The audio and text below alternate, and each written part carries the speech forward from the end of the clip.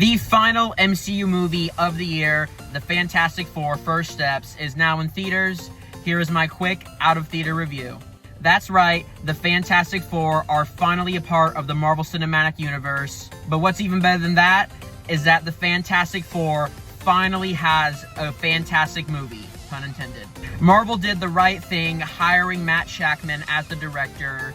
He perfectly was able to bring this iconic superhero family to life as if it was right out of the pages of the comic books. The alternate, futuristic, retro 1960s New York City setting fit the vibe of the team perfectly. I loved how it acts as a standalone movie while also setting up stuff for the future. And a lot like with what James Gunn just did with Superman, Shakman didn't make us sit through an entire origin story movie again, and instead quickly and effectively explained who the team is in a really fun and quirky way that fit the theme of the movie perfectly. The cast are all phenomenal.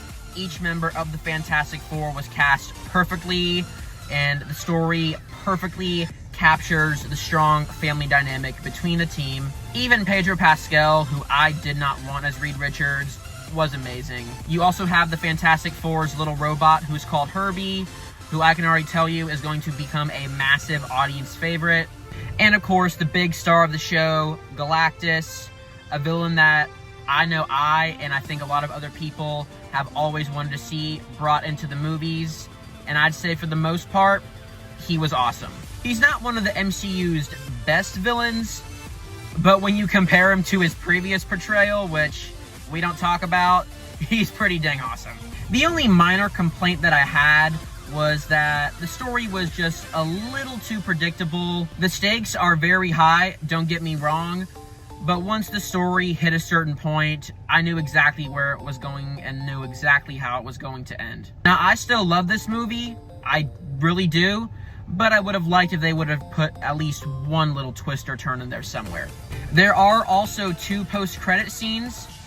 The first one is absolutely breathtaking, and I'll just leave that at that. And the second one was just kind of like a cute little nod to the team, which, you know, just kind of makes you smile. It really seems that Marvel is getting back into the swing of things. I can't wait to see what happens next. I highly, highly, highly recommend you go check this movie out on the biggest screen possible, because it is indeed fantastic. I'm going to give the Fantastic Four an 8.5 out of 10.